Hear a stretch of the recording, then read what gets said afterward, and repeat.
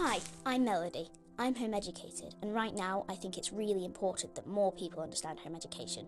Let me walk you through a week in my life.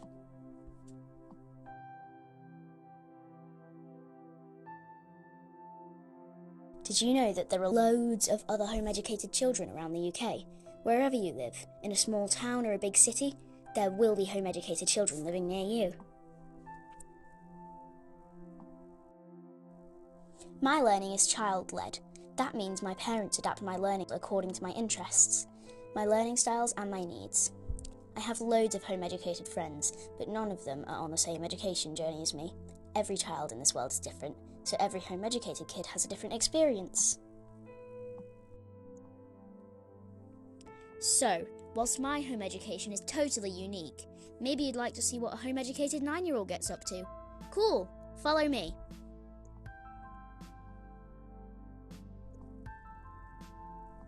Today we're on a canal walk. Right now I'm learning about Egypt through history. As part of that, I'm doing a 75-kilometre virtual walking challenge. It's all themed around Giza and the pyramids, so I'm learning a lot about the geography of Cairo, the history of Egypt, and about measuring distance. Isn't it a beautiful day?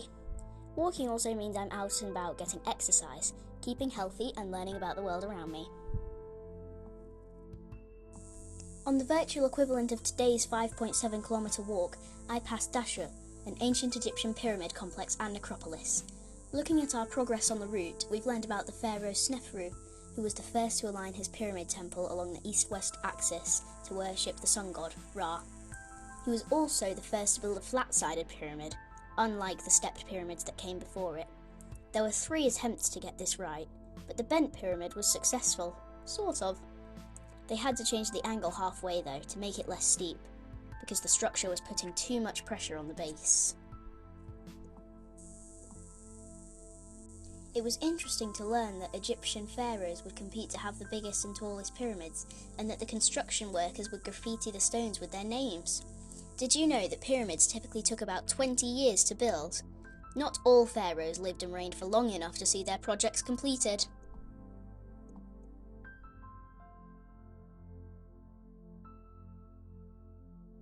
Child labor alert. Warning. Child labor alert. No, don't worry, that's not what's happening. Last week we went to a farm where I learned all about the milking process and got to watch the cows being milked. I wanted to try a yoghurt made from milk from the same cows, but I'd already spent all my pocket money. My mum agreed to buy a yoghurt if, in exchange, I'd wash her car. I guess that's fair. It was a really nice yoghurt.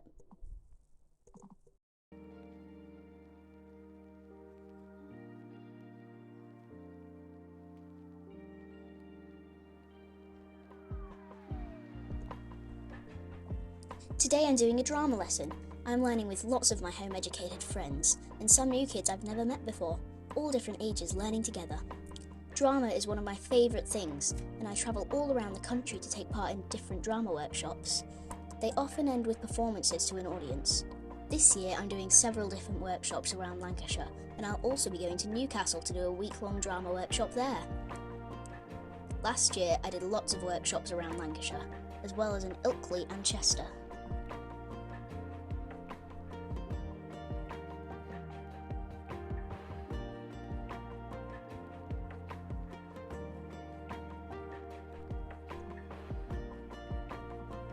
It's Tuesday and I'm at the park. This is one of my favourite places to catch up with loads of my friends.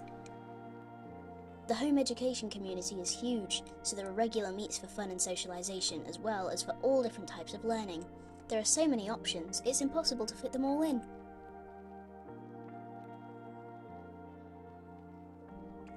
After 3 hours at the park, it's time to walk to the library. I absolutely love reading. I work my way through several novels a week, so the library is really important. If we couldn't borrow books from here, we'd be drowning under a mountain of them at home.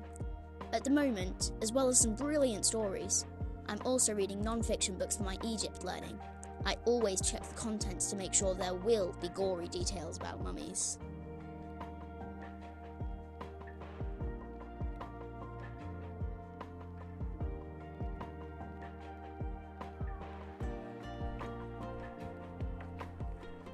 This week we decided to camp in the garden. I always enjoy that. This is our third and final night, and I suggested movie night so I could watch School of Rock. It's what we're going to be performing as part of the drama workshop I took part in yesterday, so this is a great way to learn a bit more about my character.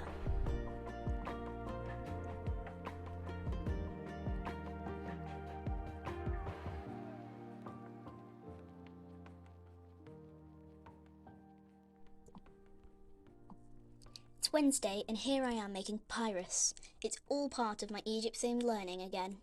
A little bit of art, a little bit of history, some maths, and a lot of mess.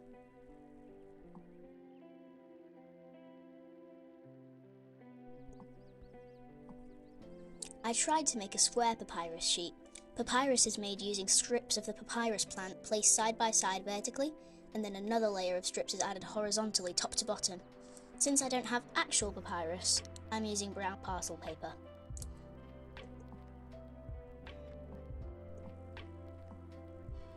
I first had to measure the width of the roll of brown parcel paper. I knew I needed to match the width with equal length if I wanted my sheet to be square.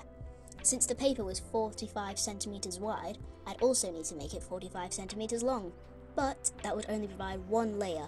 I needed to double the length so I could cut my two separate layers. It took me 3 attempts until I was happy I'd achieved this. I kept trying different methods of measuring and cutting, making mistakes and trying new things. It took a lot of problem solving. Once I had my 2 separate squares of paper, I had to cut each of my 2 sheets of paper into inch-wide strips. This could be done pretty roughly, but I still had to know that each was around an inch wide. I even discovered that slight variance made a difference to my paper strips. Anything an inch wide could hold itself flat when I waved it around, but the ones that I cut slightly too thin weren't strong enough. After that, I could make my papyrus using a mixture of glue and water as an adhesive. I put half of the strips side by side vertically, then the other half over them horizontally. Adding my horizontal layer, I discovered that my measurements must have been wrong. The horizontal layer was a lot wider. Oops.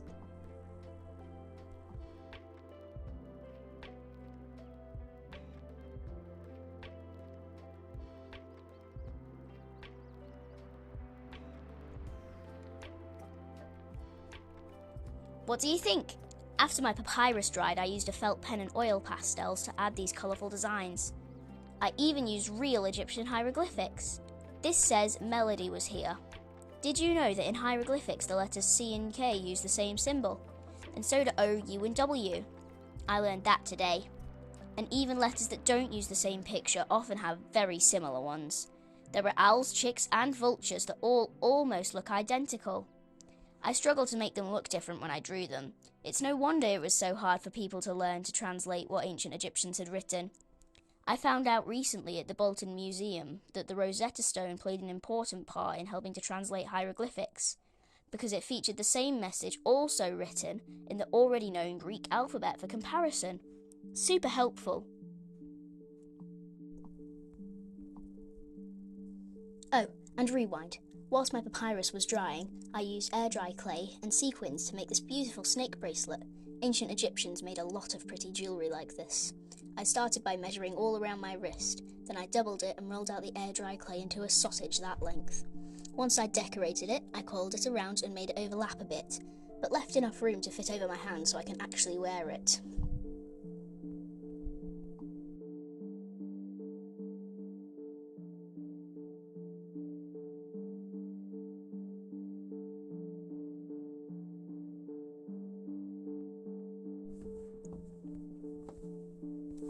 It couldn't hurt to add some more kilometres to my Giza Pyramid walk, right? Today I'm meeting up with home-educated friends for a walk through the Lancashire countryside. Being a part of the local home education community means that I have friends of all ages, with all sorts of interests and personalities.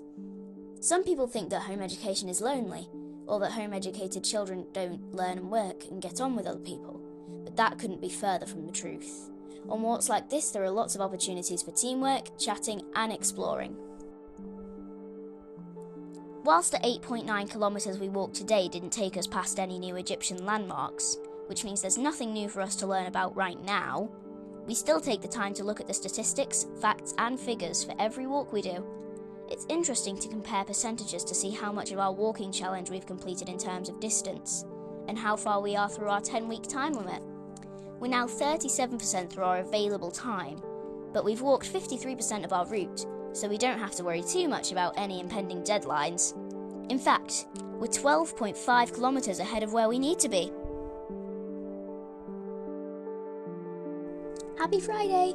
Today I'm learning a little about responsible pet care because we're visiting a family member's house to spend some time with their dog. While they're on holiday, we're going to be house sitting and pet sitting, so this is a valuable chance to learn more about their pup's needs. Today has also been a chance to practice calculating area and thinking about 3D shapes as I made a pyramid out of sugar cubes. I designed the step pyramid on paper in 2D, then calculated the area of each layer to see how many sugar cubes I'd need. After that, I had to add together the sugar cubes needed for each layer to work out how many I needed in total. 204. I searched online and found that boxes of sugar cubes come with 125 cubes inside, so we went shopping for 2 boxes of pyramid bricks.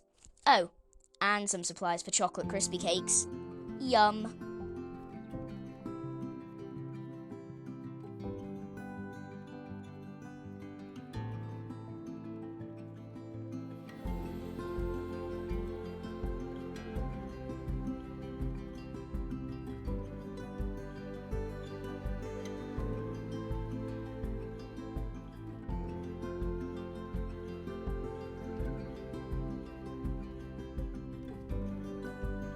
Of course, our crispy cake supplies didn't last long. At home, I make all my own meals. I have control over what ingredients I buy each week and what meals I make. Independent life skills are some of the most important things I learn, so I'm really comfortable shopping and cooking. Though I think Mum and Dad would also love it if I learned to be just as good at cleaning. Occasionally, on top of my usual meals, we'll do a bit of baking as a family. Crispy cakes are Mum's favourite, so you can guess who suggested baking today. I built my stepped pyramids using the sugar cubes. Partway through, I decided I wanted to know how much one sugar cube weighed. Rather than heading straight for the scales, I estimated. I knew that there are 125 cubes in a 500-gram box, so I worked out that 1 cube should be 4 grams. I took 3 cubes to the scales with me, so I wasn't just relying on the weight of 1 cube to prove I was right. The first cube weighed 3 grams, the second one weighed 4. I hoped that the third one would weigh 5 grams to average out at 4 grams overall, and it did. Since I knew that 1 cube weighed 4 grams, my mum now challenged me to work out how much my finished pyramid would weigh. I worked out it would weigh 816 grams. Wow! Well, that's nowhere near how much the actual Egyptian pyramids weigh. Anyways, now that I'd figured that out, whilst I worked, we also talked about erosion and the impact of rain, and, more importantly in Egypt, wind.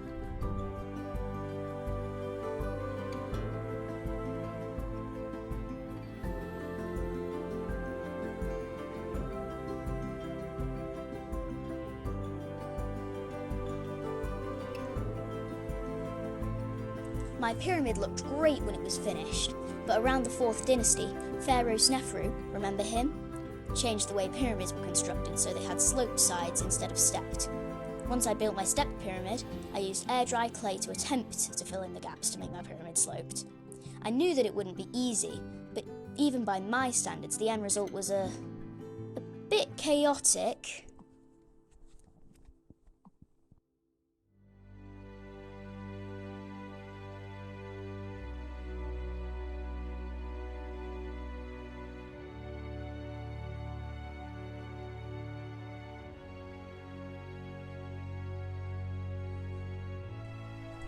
I'm ending the week at Lancs Fest. That's me up there on stage, in the pink outfit. I do Bollywood dance lessons during school term time, and today I'm performing on stage at the festival. The Bollywood lessons I do are an after-school class once a week. They're lots of fun, and I love being able to take part in performances. This year I've performed at a variety of carnivals and festivals.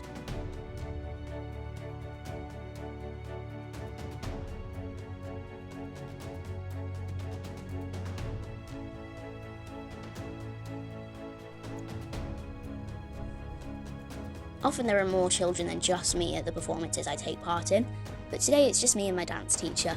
As it's the school holidays, a lot of my friends from my Bollywood classes are busy doing things with their families. That's another happy side effect of being home educated. I get to do amazing things with my family every day. I do travel a lot. We have trips at least once a month, for a minimum of one night, but often a lot longer. But most of my travel happens term time so that I can be around to seize all the amazing opportunities that come up during the school holidays. Travel is such an important part of my education as well. But being home educated means I have plenty of time for that and for everything else I'm passionate about or just want to have a go at.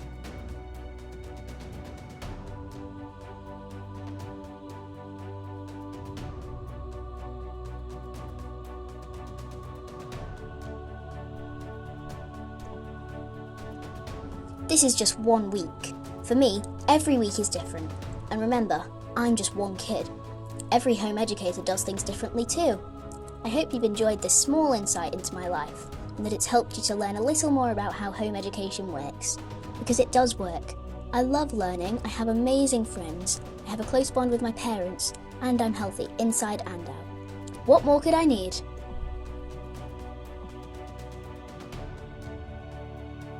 To put it in more schooly terms, though home education isn't school and doesn't work the same, it's English and drama and music. It's maths and science. It's design and technology, history and geography. It's PE and art. And it's so much more. And this is just 1 week, and the next one will be totally different, but still just as full of learning and fun. It's home education, and I love it.